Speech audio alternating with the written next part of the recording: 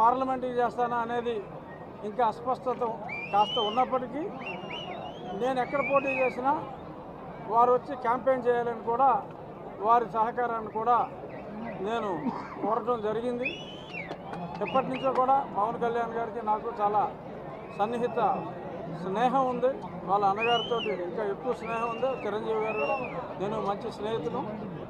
అదే స్నేహభావంతో ఆయన తప్పకుండా ఈ విజయానికి అండగా ఉంటానని చెప్పి నాకు అష్యూరెన్స్ ఇవ్వడం జరిగింది. వారికి నేను ఎంతో రుణపడి ఉన్నాను. జై జనసేన, జై తెలుగుదేశం. రాబోయే రోజుల్లో వదిలించేద్దాం. మీరు అందరూ సహకారం.